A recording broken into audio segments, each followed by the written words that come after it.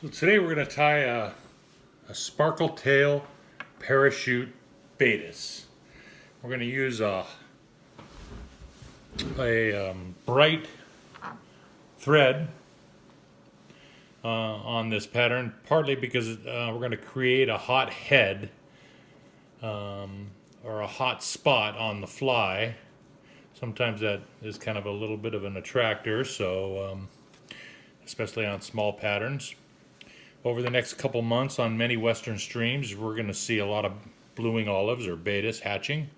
And you can tie this pattern with a high-vis post as well. Today we're going to utilize just poly, white poly, but you can use pink poly for a high-vis post. The tail is going to be of brown Antron.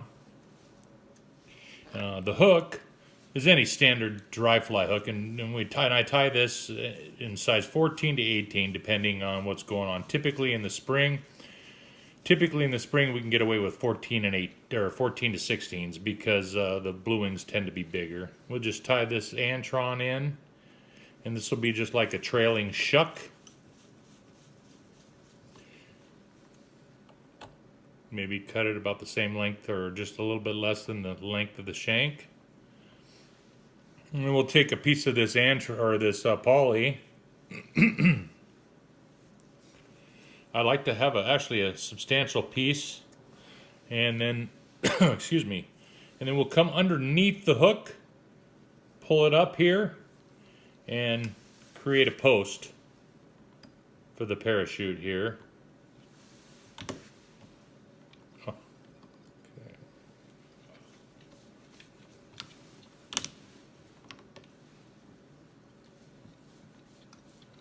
Go.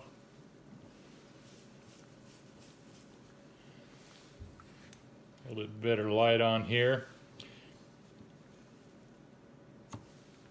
There's our post, and this will be a two-part body. We'll use ultra-fine synthetic dubbing olive here. Just moisten that thread. Twist on a little bit of dubbing for the body here.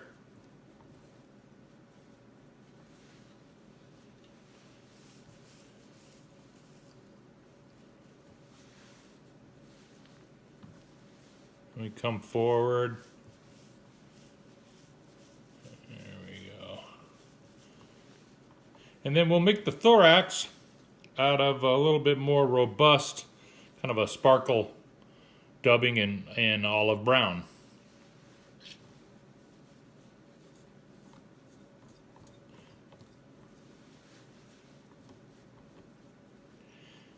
Once you get set up on this pattern, it really doesn't take much time to tie it. Tie in front here, build up a thorax, come behind here.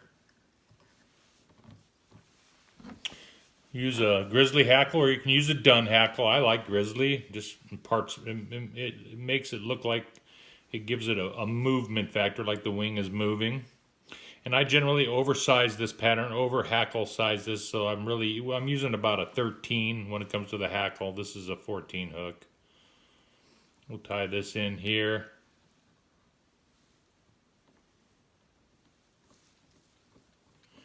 Add a little bit more dubbing to cover that orange thread in the thorax.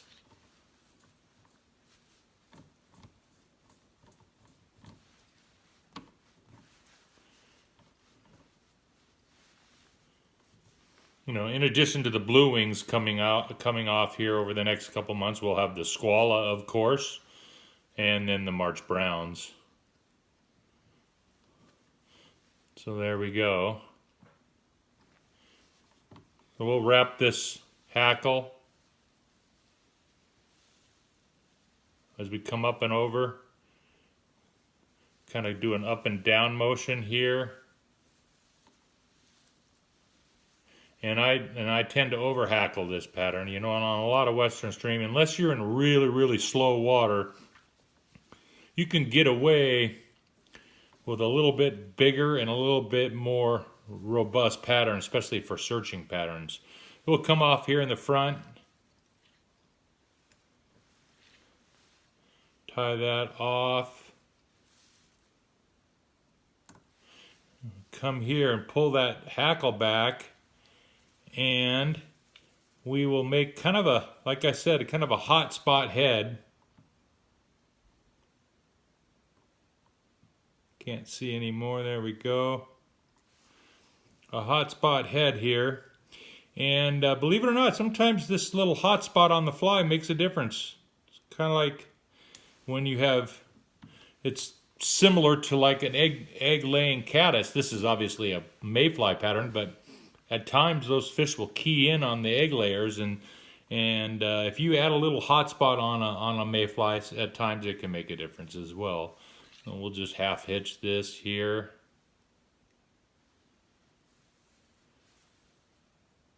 Because I don't have my whip finish tool. There we go. Do a little head cement on that and we're done. Pretty simple pattern. Floats like a cork. And it's caught plenty of fish over the years. There we go. What we call the parachute sparkle tail with a hot head. Thanks now.